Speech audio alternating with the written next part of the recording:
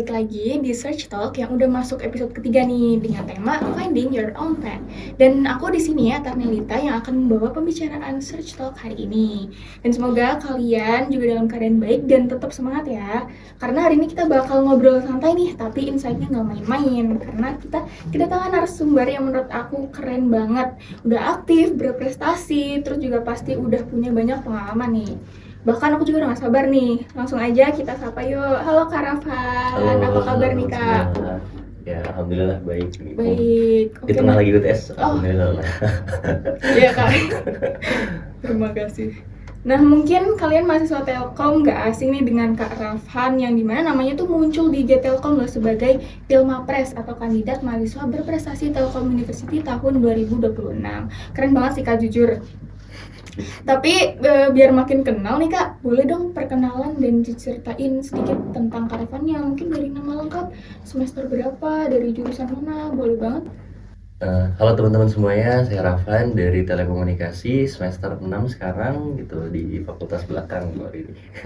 Belakang. Oke, kira-kira sekarang lagi sibuk ngapain aja sih Kak?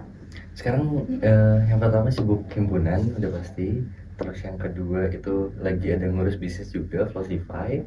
Terus mungkin ya ikut beberapa lomba aja sih, itu sih mungkin. Wah, kedengarannya sibuk dan padat ya.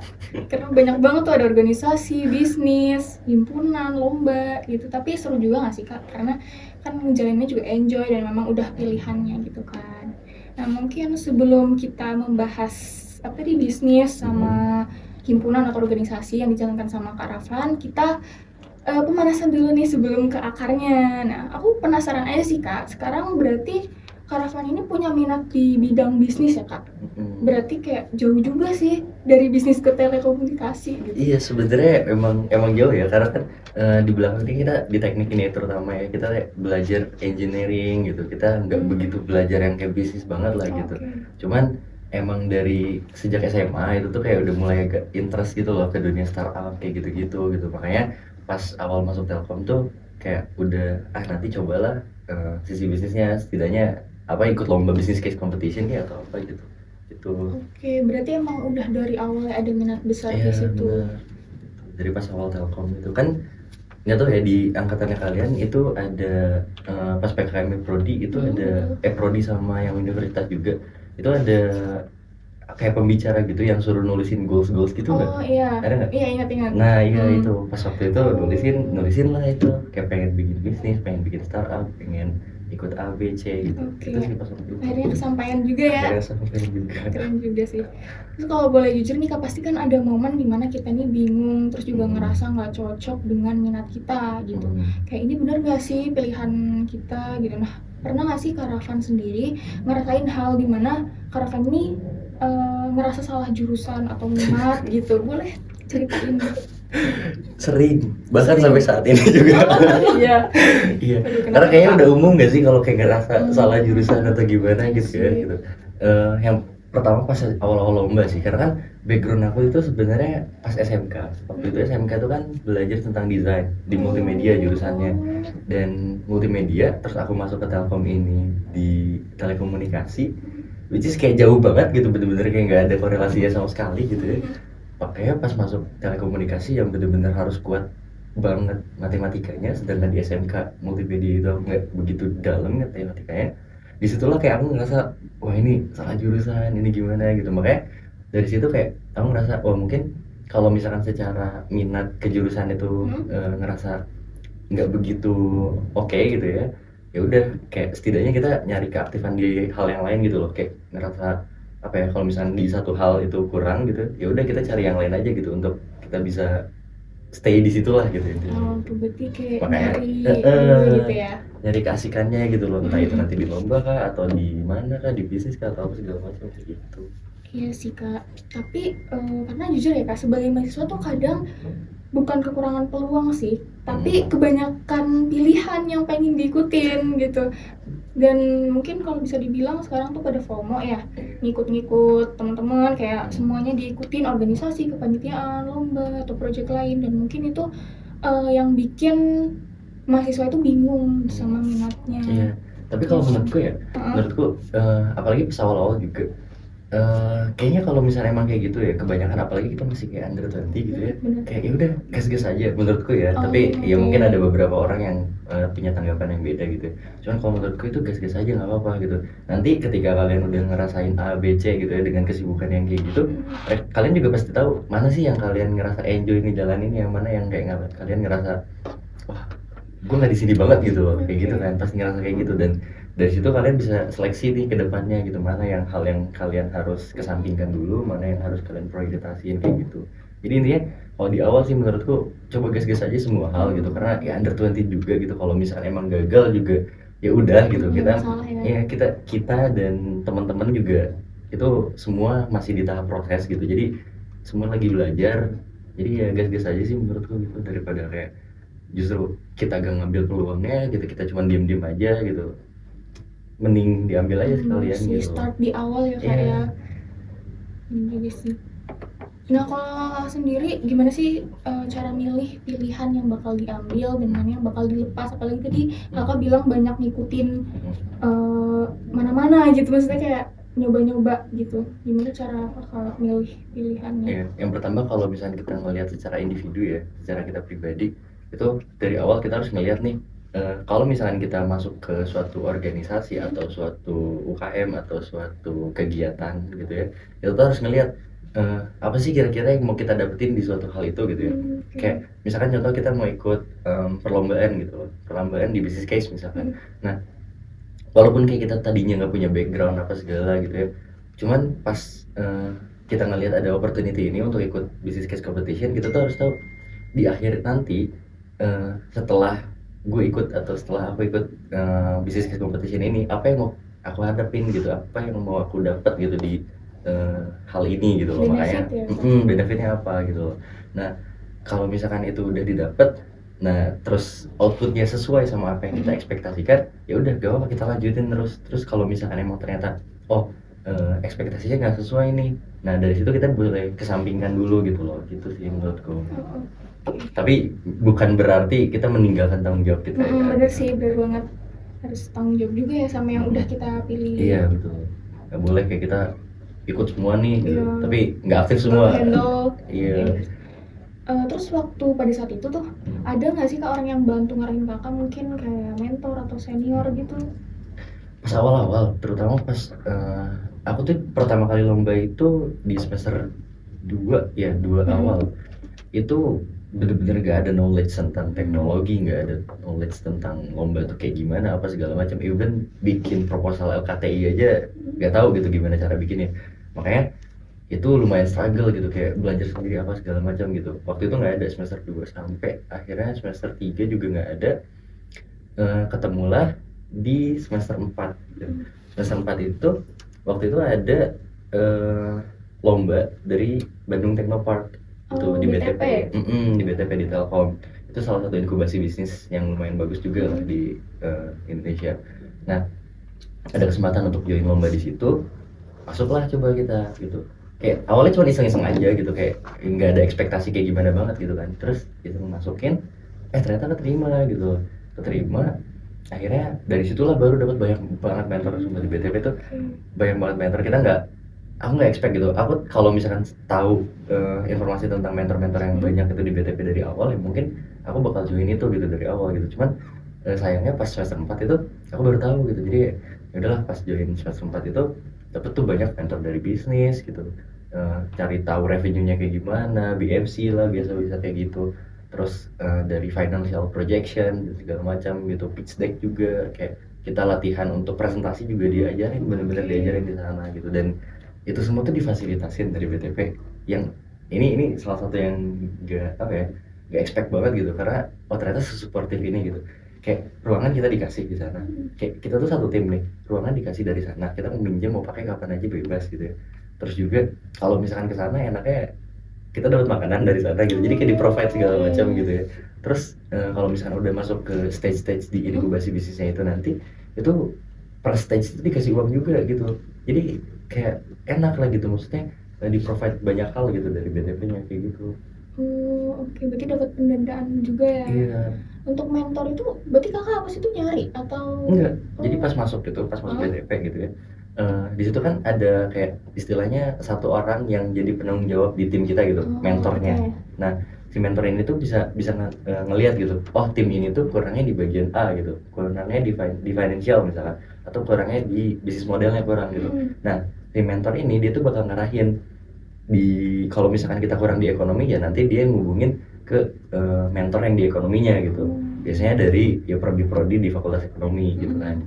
Itu di calling lah sama mentor ini, terus nanti si mentor ini tuh bakal ngajarin kita gitu tentang ekonomi yang kita kurang tuh di mana kayak gitu. Berarti ada banyak mentor sesuai bidangnya ya, Kak? Banyak banget. Even nggak cuman di Telkom doang ya, di luar juga kayak petinggi-petinggi perusahaan atau startup di luar juga itu ngebantu banget gitu. Oh, iya. Ya, karena dikonekin lah gitu sama gue gitu.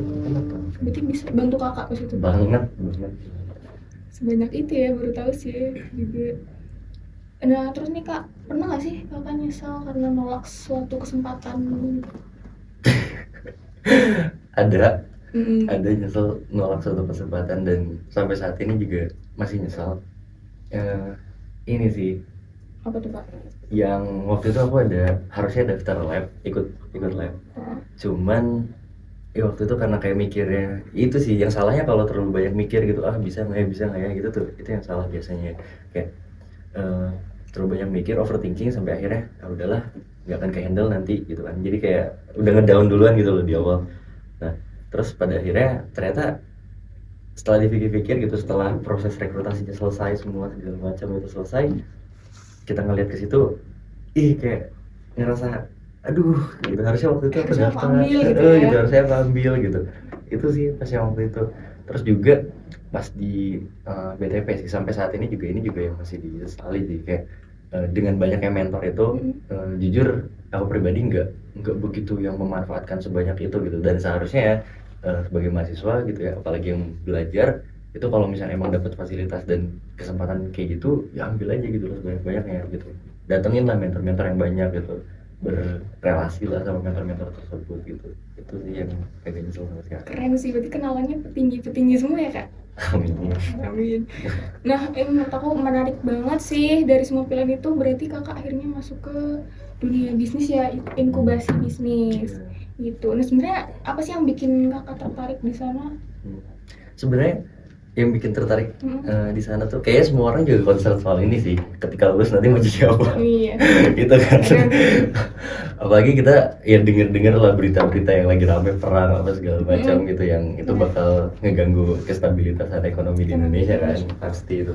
Nah makanya itu salah satu pemantiknya lah dari awal gitu, kayak setidaknya kita punya backup plan nih kalau misalkan contoh ya kita nggak bisa atau kita nggak cocok gitu untuk jadi korporat gitu ya udah kita ini aja bikin bisnis sendiri gitu loh. Dan ya itulah, nyari plan A plan B nya aja gitu. Jadi kalau misalnya nanti worst case nya kayak gimana ya kita udah punya plan backupnya kayak gitu. Disekonomi ya kan? Disekonomi. Boleh dong Kak spill ide bisnis pertama kakak waktu itu? Ya ini menarik karena bener-bener ganti-gantian gitu, karena ya namanya ide bisnis sama ide yang dari awal itu beda, ganti-ganti semua gitu. Jadi dulu itu ide bisnis awal itu kita tuh pengen solving masalah pembudidaya ikan nila tadinya gitu. Jadi pembudidaya ikan nila itu mereka tuh struggle karena biaya pakan ikannya itu tinggi. Cuman biaya jualnya tuh segitu-segitu aja gitu. Jadi kayak iya kan gitu. Terus ikan kalau misalkan nggak kejual, kan ikan harus tetap hidup gitu kan. Jadi kayak harus tetap dikasih makan gitu. Jadi kayak bisa lebih tinggi cost untuk productionnya gitu dibandingkan mereka untuk ngejualnya kayak gitu. Nah itu tadinya kita mau solving ke arah situ gitu, tapi setelah ditelusuri lebih dalam ternyata masalahnya nggak sekompleks cuma ngasih pakan aja gitu, dan ada permasalahan tentang logistik, ada permasalahan tentang market yang kurang juga gitu, dan industri yang emang kurang nice aja gitu waktu itu. Makanya dari situ kita pivot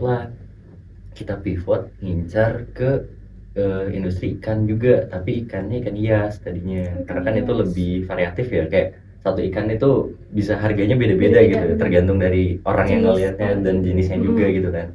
Itu makanya kita ke situ. Sama tuh permasalahannya tentang logistik. Pokoknya kalau di ikan hidup kayak gitu-gitu itu masalah utama tentang di logistik itu karena ya susah lah kita mindahin ikan yang hidup gitu ya. Beda gitu kayak kalau misalkan barang di Shopee itu kan Iya. ya udah kita lempar-lempar aja gimana gitu kan. Kalau ikan hidup kan kasihan juga gitu kalau misalnya kayak gitu. Itu terus dari situ juga kayak nggak works gitu, dan akhirnya kita nemuin satu celah yang lumayan works banget nih gitu untuk kita, dan sampai saat ini juga kita jalanin itu di industri ikan tuna gitu saat ini. Ya kita kenal sama salah satu petinggi di Maluku, terus juga kita juga kenal sama salah satu ketua koperasi nelayan di Maluku sana. Terus dari situ kebetulan teman kelasnya kita salah di tim Flosify juga itu omnya sendiri gitu yang di Maluku sana tuh. Nah jadi kayak secara relasi deket banget gitu. Terus secara komoditas juga tuna ya harganya lebih tinggi lah gitu. Iya, kayak sebagai gambaran informasi aja, ini tuna di Maluku sana itu bisa cuma 14.000 1 kilo. Coba di sini kayak mahal ya kan, di sini kayak bisa sampai 70.000 80.000 sejauh itu gitu harganya gitu. Jadi emang industrinya udah nice gitu. Terus juga apalagi ekspor kan gitu, di Jepang jadi sashimi, jadi apa segala macam loin gitu-gitu ya, ikan fancy. Iya, ikan fancy gitu. Berarti tadi Flosify ya? Flosify itu masih berjalan sampai sekarang? Masih berjalan sampai sekarang, udah jadi PT juga dan ya berjalan.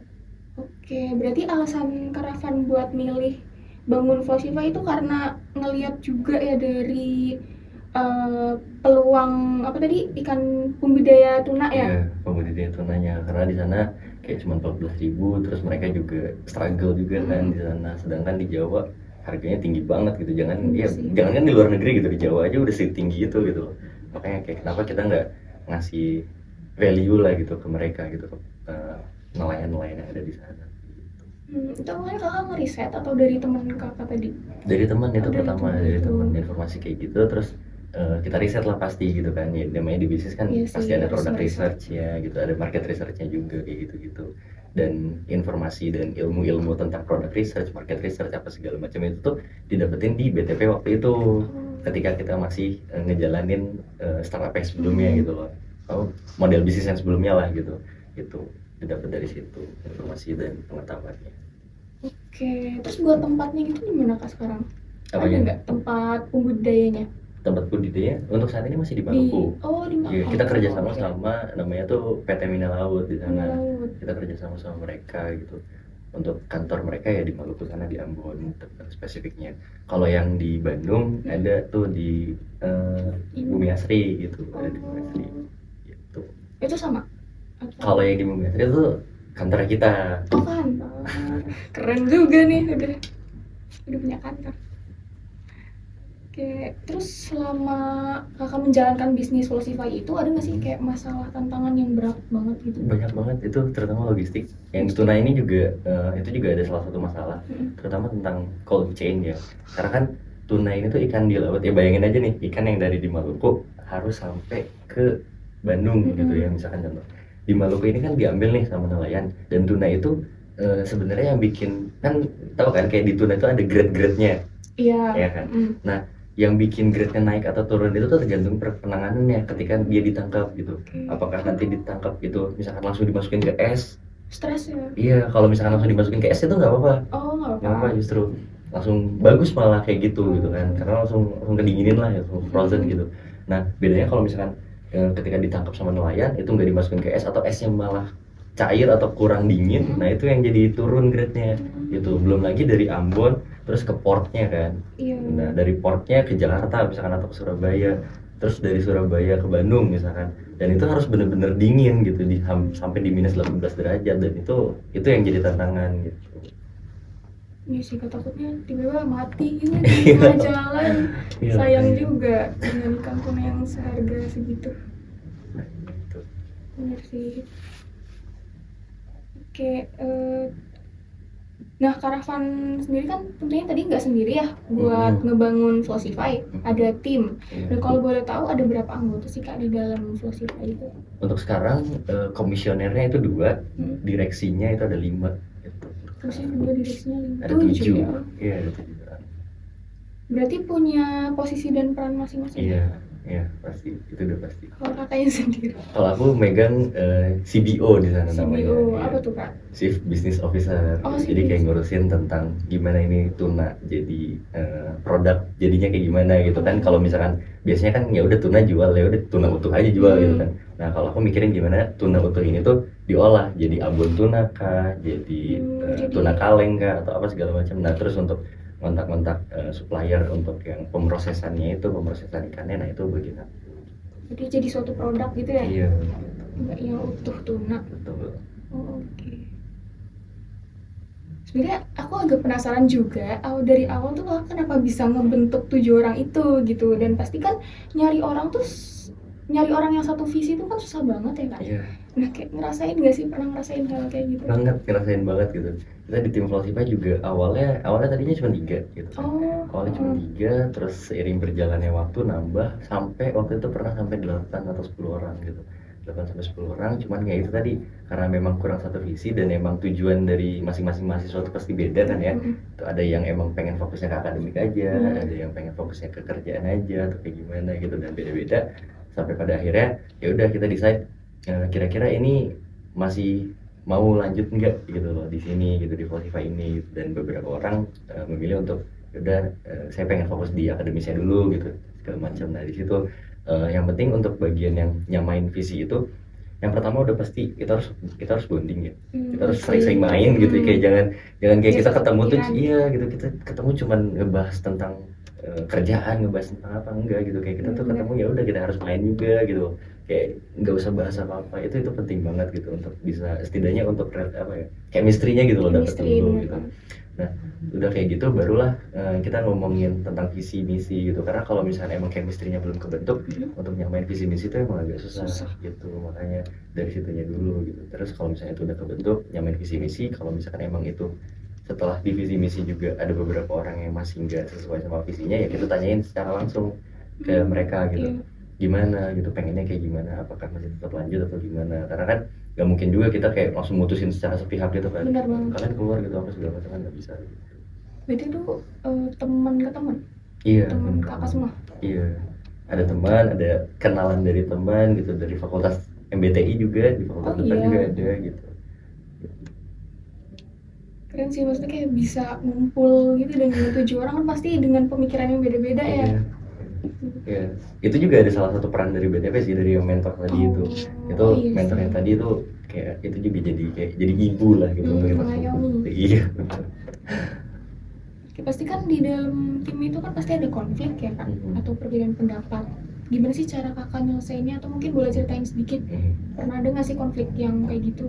Pernah ada, terutama soal yang ya biasa lah ya, kalau misalkan kita lagi satu tim lagi ngebahas sesuatu, punya interestnya masing-masing, kita tuh suka kayak apa ya, kayak ngerasa gue lebih banyak nih ininya gitu, lu nggak banyak kerja atau gimana gitu ya, pasti ada kayak gitu kan. Terus salah satu dari kata-kata itu tuh, salah satu dari mereka tuh pasti kayak ngerasa tersakiti gitu loh hatinya gitu. Nah hal yang pertama harus banget nih, jangan negur mereka atau jangan ngasih tahu mereka di depan publik, di depan banyak orang. Jangan gitu, walaupun sesalah apapun mereka, ya kalau bisa ya negurin secara baik-baik lah, jangan langsung bikin nyakitin hati gitu loh. Gitu loh. Kalau misalkan emang udah nih gitu, udah selesai nih masalahnya atau udah selesai nih acaranya gitu, barulah kita ngobrol sama dia secara personal. Kalau aku pribadi pendekatannya kayak gitu ya, ngobrol secara personal kayak ke dia gitu, kenapa tadi apa segala macam, apakah ada hal yang emang kurang serat dari pendapat itu atau gimana masalah itu gitu. Nah udah kayak gitu kita tahu nih perspektif dari orang pertama gitu, kita ajak ngobrol juga orang kedua, kita tahu perspektifnya kayak gimana, baru dari situ kita obrolin tuh bareng-bareng gitu, ini gimana nih dengan permasalahan kayak gini, kayak gitu sih untuk aku pribadi menyelesaikan konfliknya. Pernah ada nggak sih konflik yang besar gitu, yang sampai mungkin bisnisnya goyah gara-gara itu? Pernah waktu itu kan kita ada 2 pilihan kan. Sebenarnya di startup itu ada istilah resilience itu kayak seberapa kuat kamu menghadapi masalah gitu di industrinya gitu. Kayak kemarin industri ikan nila tuh kan ada masalahnya gede banget nih, dan sebenarnya itu kalau misalkan di teori startup tuh kayak harus kuat nih gitu, kita harus tetap bisa solving problem di bagian ikan nila. Tapi ada chance opportunity baru nih gitu di ikan tuna gitu. Nah di situ waktu itu ada perdebatan kita pindah ke tuna kah atau masih tetap di nila. Itu yang waktu itu kita coba debatin banget sampai bener-bener wah ribut lah waktu itu gitu. Dan ya udah sampai pada akhirnya ada beberapa orang yang kurang setuju ya cabut lah gitu istilahnya gitu. Keluar Gitu, gitu. keluar itu dan udah diobrolin apa segala macam memang nggak kayak gitu. Mungkin karena takut mencoba hal baru kah? Atau Mungkin nggak tahu mungkin emang secara fisik juga emang udah berbeda. banyak banget ya ilmu baru yang kita dapatkan dari pembahasan karavan tadi. Jadi dalam membangun bisnis kita juga harus punya beberapa posisi dan peran ya kak yang harus banget ada di Iya. satu tim gitu. Terus juga untuk keberlangsungan bisnis juga biar kedepannya baik dan berjalan lancar. Ngomongin tadi soal tim juga aku baru ingat lagi. Di tim itu minimal ada 3 ya kan? Yang Iya. yang sering diomongin Yang itu loh, sering, hipster, hacker, hustler gitu lah, Oh, ya kan? Hipster yang ngurus desainnya, hacker yang ngurus teknologinya atau ngurus productionnya apa segala macam, dan hustler itu yang ngurus bisnisnya kayak gitu-gitu. Itu minimal ada 3 gitu dan kalau bisa nih gitu di antara 3 ini tuh justru jangan yang semua manut-manut aja gitu loh. Kayak misalkan ada satu leadernya dan 2 orangnya tuh ngikut gitu loh. Jangan gitu, jadi sebisa mungkin harus ada istilah yang lagi kerennya tuh devil's advocate-nya gitu. Jadi ada orang yang selalu nge-counter kalau misalkan ada hal-hal baru atau opportunities baru yang emang itu membahayakan gitu loh. Jadi kayak kita tuh punya POV yang baru lah gitu. Kayak nggak semua oke kita kesana ya udah kita kesana gitu, ternyata di sana ada lubang gitu kan kita nggak tahu gitu. Kayak harus ada orang yang selalu mengkritisi lah gitu istilahnya. Pemikiran lain gitu ya, ide lain. Berarti harus ada 3 komponen itu ya. Iya. Oke. Nah, jujur pernah nggak sih kak burn out gitu karena harus ngejalanin banyak hal sekaligus kayak jadi organisasi, lomba iya, bisnis iya gitu. Pernah bahkan minggu kemarin tuh lagi burn out banget, mana kan lagi UTS juga kan nih sekarang lagi UTS, himpunan lagi banyak kegiatan juga gitu, bisnis juga tetap harus jalan mau kayak gimana pun kan. Nah itu lagi burn out. Sebenarnya burnout itu kayak itu cuma ada di pikiran aja sih ya kan. Kayak kadang itu cuma mindset aja. Kadang kalau misalnya kita udah jalanin itu kita malah ya udah nggak ada masalah juga kalau misalnya udah dijalanin. Kayak kalau misalnya emang kita mikirin nih gitu lagi malam-malam biasanya itu kan lagi mau tidur gitu kayak mikirin apa segala macam itu pasti kayak langsung wah gimana ya gitu. Overthinking gitu. Cuman setelah dijalanin ya fine aja kok gitu, jadi kayak ya udahlah nggak usah terlalu dipikirin, nggak usah terlalu khawatir lah gitu. Mikirin yang belum pernah terjadi gitu harus diubah sih memang mindsetnya.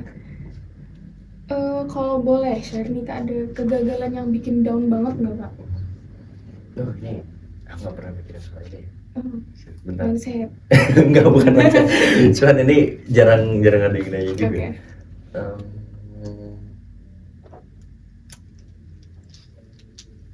Apa ya kegagalan? Bukan nggak ada ya, justru kadang orang tuh kan terlalu banyak mikirin ininya ya sampai kegagalan itu jarang dipikirin, dan ini ya aku pribadi juga gitu, aku juga pribadi ya itu paling sih yang bagian kegagalannya yang pas waktu aku nggak bisa mertahanin orang-orang yang berbeda pendapat tadi gitu. Ketika kita semua berbeda pendapat terus ada orang-orang yang ngerasa punya interestnya sendiri dan aku nggak bisa merangkul mereka, mertahanin mereka untuk tetap join di tim ini, itu sih yang ngerasa kayak wah ini titik yang aku ngerasa aku gagal gitu sebagai leader waktu itu untuk bisa bertahan mereka. Apalagi kalau misalkan ada konflik-konflik yang sampai personal lah itu sih. Apalagi dari awal banget ya bareng gitu. Aduh sakit hatinya itu. Iya sih, jadi ada ngerasa yang kurang ya kak. Iya benar.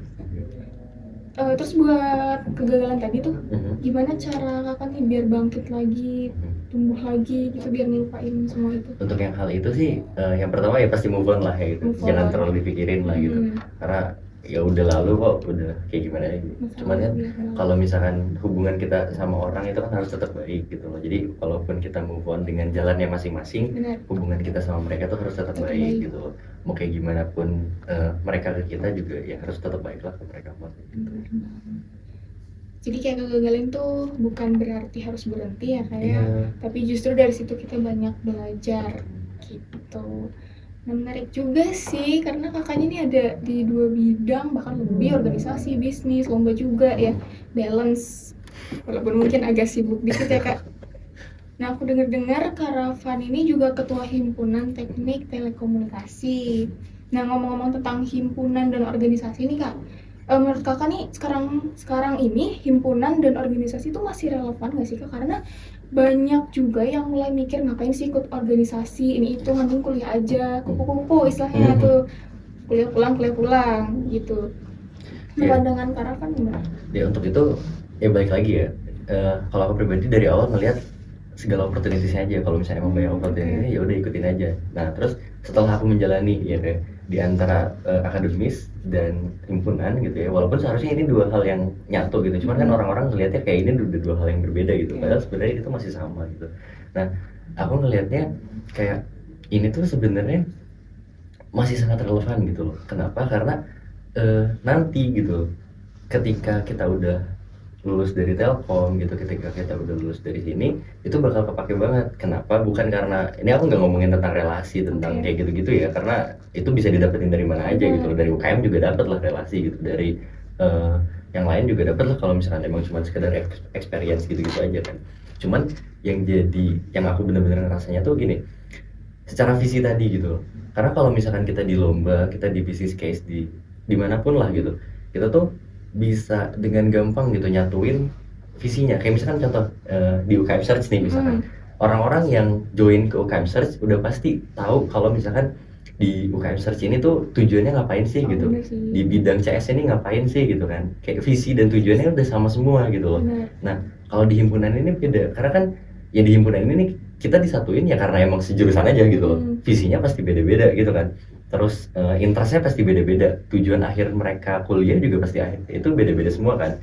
Nah itu gimana kita nyatuin orang-orang yang punya visinya beda, orang-orang yang punya tujuannya beda, itu punya arah yang sama lah setidaknya gitu, walaupun emang tujuannya pada berbeda semua gitu loh. Itu yang jadi challenge ya, karena kan nanti ketika nanti kita lulus gitu, ketemu klien atau kayak gimana, itu kan mereka semua pasti punya visinya beda-beda, pasti punya interestnya beda-beda, tujuannya beda-beda, dan gimana cara kita ngerangkul mereka semua, gimana cara kita untuk dapetin hati mereka kayak gitu-gitu. Nah itu yang bener-bener bakal susah banget gitu loh, dia dapetin dari mana-mana menurutku gitu. Oke, mungkin kakak nih sebagai ketua himpunan, kayak coba dong bujuk nih buat orang-orang mungkin yang masih mikir ngapain sih ikut organisasi, kayak mungkin kayak nilai apa sih yang bisa didapat dari himpunan atau organisasi gitu. Ya, yang pertama udah pasti kemampuan tentang manajemen ya, kemampuan tentang manajemen, karena kalau menurutku pribadi himpunan itu secara birokrasi dan advokasinya itu lebih kental gitu loh dibandingkan mungkin organisasi lain mungkin ya gitu. Mungkin beberapa orang juga punya tanggapan yang berbeda gitu. Jadi untuk kalian nanti setelah lulus itu memahami tentang birokrasi yang emang setebal itu, terus juga advokasi yang emang bener-bener berlapis-lapis, itu juga kalian harus dapetin di organisasi gitu loh.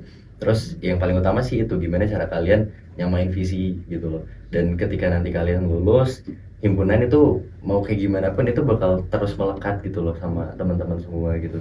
Jadi walaupun kalian lulus, kalian tetap menjadi bagian dari himpunan itu sendiri gitu loh. Itu yang hal yang terpenting gitu. Jadi kayak kita tahu nih rumah kita pertama tuh di mana gitu. Itu sih. Berarti tetap relevan ya, karena selama kita tahu tujuan kita itu ikutnya untuk berkembang, jadi masih relevan. Dan sebenarnya ikut organisasi tuh nggak cuma selalu kayak ngelihat benefit pribadi ya kalau menurutku, karena kadang apalagi kan ya kita sebagai insan akademis ya gitu di mahasiswa terutama di Telkom University ini tuh kita harus menjunjung ini istilahnya tridharma perguruan tinggi gitu, dan di situ juga ada pengabdian kepada masyarakat. Nah di organisasi ini juga itu salah satu cara untuk paling minimal lah gitu kita mengabdi kepada masyarakat yang ada di jurusan kita gitu loh, gitu sih tuh.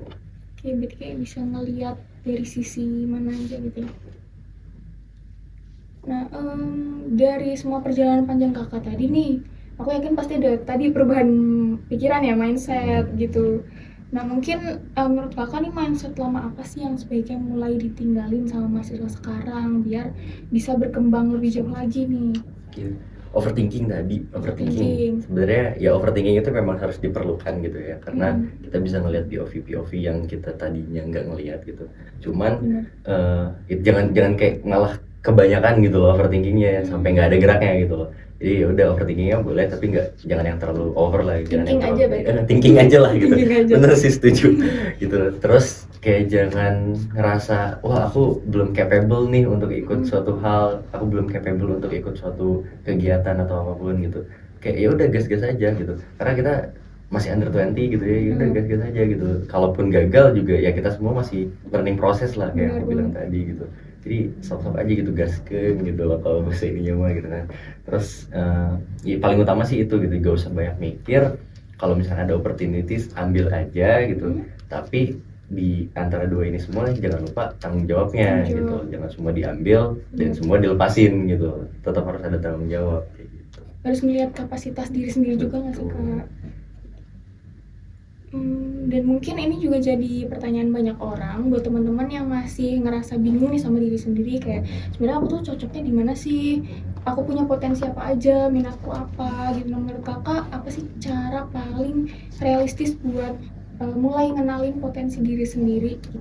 Ya, untuk kenalin potensi sendiri itu tuh kan nggak bisa kayak kita cuma diem terus ngerenung apa ya kira-kira nggak bisa kan, kayak kita harus benar-benar terjun masuk ke dalam siklusnya itu gitu loh, untuk bisa tahu kita enjoy nggak ya di situ gitu. Makanya itu saran aku di awal, ya udah gas-gas aja daftar. Kalau misalnya emang kita pengen join UKM Search, ya udah join aja UKM Search gitu, nggak usah pakai mikir apa segala macam gitu loh ya. Terus juga kalau misalnya kita mau ikut apa A B C D gitu-gitu, ya udah join aja semua. Nanti dari situ juga kebentuk nih, kita tahu nih mana hal yang kayak bikin kita ngerasa enjoy, mana hal yang bikin kita kayak ngerasa oh kayaknya gue nggak di sini gitu loh. Itu dari situ kan kita tahu nih oh mana potensi kita gitu. Jadi ya yang paling utama sih lakuin aja dulu gitu, daripada kayak terlalu banyak mikir, terlalu banyak apa gitu, cuman dari nonton YouTube doang apa segala macam, nggak akan bisa, nggak ada ujungnya. nggak ada ujungnya gitu loh. Bener banget. Gitu. Berarti intinya harus berani mulai ya Kak, dan itu penting banget buat kita semua yang lagi nyari